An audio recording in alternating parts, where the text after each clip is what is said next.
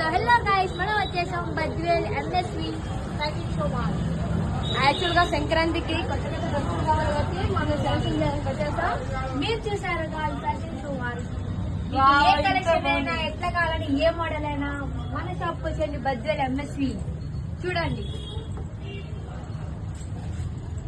ఇతని పేరు విజయ్, దీనికన్నిట ఓనర్ ఆయనే కాబట్టి ఇక్కడ మస్తుగున్నాయి. నిజంగా ఒక్కొక్క చుక్కని పట్టుకుంటే మా అన్నయ్య మా నాన్నతో ఇంకా భలే ఇష్టపడతాడు.